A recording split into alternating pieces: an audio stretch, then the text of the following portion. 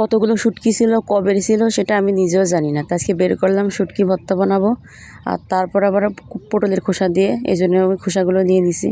আর এখানে শুটকিগুলোর মাথাগুলো সব সুন্দর করে ফেলে ভিতরটা একদম পরিষ্কার করে রাখতেছি, তারপর এটা ভিজায় রাখবো। আর এদিকে আমার পটলের খোসা সুন্দর করে ধোয়া হয়ে গেছে। আর এখন আমি কড়াইতে কিছুটা পানি দিয়ে তার ভিতরে পটলের খোসাগুলো দিয়ে হালকা একটু লবণ আর একটু হলুদ দিয়ে সুন্দর করে নাড়াচাড়া দিয়ে ঢেকে রাখবো। তাহলে কী হবে, কালারটা সুন্দর থাকবে আর পটলের খোসাটা সিদ্ধ হয়ে যাবে সুন্দর মতো। পটলের খোসা আমি না কখনো খাই নাই, কিন্তু আম্মু আগে পরে বানাইছে, চিংড়ি মাছ দিয়ে বানাইছে, তারপরে এমনি খোসাও বানাইছে বেশি করে রসুন পেঁয়াজ দিয়ে মরিচ দিয়ে, ভালোই লাগতো খাইতে। তো ভাবলাম যে আজকে একটু বানাই আমি। তো এই যে আমার পটলের খোসাটা কিন্তু সুন্দর করে সিদ্ধ হয়ে গেছে। আর এখন এই যে আমি অন্য একটা কড়াইতে তেল দিয়ে দিয়েছি, একটু বেশ পরিমাণ তেল দিয়ে দিয়েছি। আর এই তেলের ভিতরে আমি দিয়ে দিলাম আমার প্রয়োজনীয় যে সমস্ত জিনিস আমরা সবসময় ব্যবহার করি রান্না করার ক্ষেত্রে, বিশেষ করে ভর্তায় তো পেঁয়াজ রসুন আর কাঁচামরিচ ব্যবহার করি। তো আমি এখানে শুকনো মরিচ অ্যাড করছি, সাথে একটুখানি আদা ব্যবহার করছি।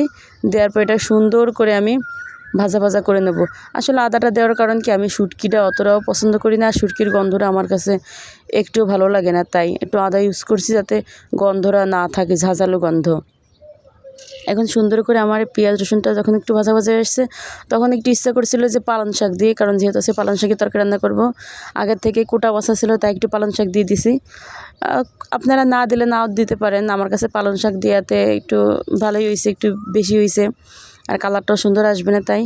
আর যে সিদ্ধ করে রাখা যে পটলের খোসাগুলো, সেইগুলো এর ভিতর দিয়ে সুন্দর করে আমি নাড়াচাড়া করে ভেজে নিচ্ছি। আর তার ভিতরে কিন্তু আমি একটু হলুদ দিয়ে দিয়েছিলাম, যেহেতু আমার কাছে হলুদের কালারটা সবসময় একটু বেশি ভালো লাগে, তাই একটু হলুদ দিয়ে দিয়েছিলাম। আর এটা কিন্তু আমার অবশেষে ভাজা ভাজা প্রায় শেষের দিকে, আর এইগুলো কিন্তু আমি এখন নামায় রাখবো। আর এই যে তেলটা, এই তেলটা কিন্তু আমি পুরোটাই রেখে দেবো, এই তেলটাও কিন্তু আমি এর ভিতরে দিয়ে বেটে নেব।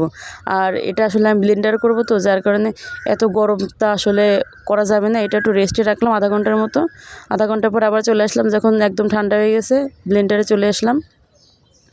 এখন এই যে সব কিছু আমি দিয়ে দিলাম ব্লেন্ডারে, আর যে তেলটা ছিল সেটাও আমি দিয়ে দিলাম। আসলে তেলটা দেওয়ার কারণ কি, তেলটা দিলে এটা ব্লেন্ড করতে খুব ভালো হবে। আর বাটিটা একদম মানে যতটুকু ছিল সব আমি একদম সুন্দর করে কাইখে নিছি। নেওয়ার পরে যে আমি এখন ব্লেন্ড করে নিয়ে আসবো।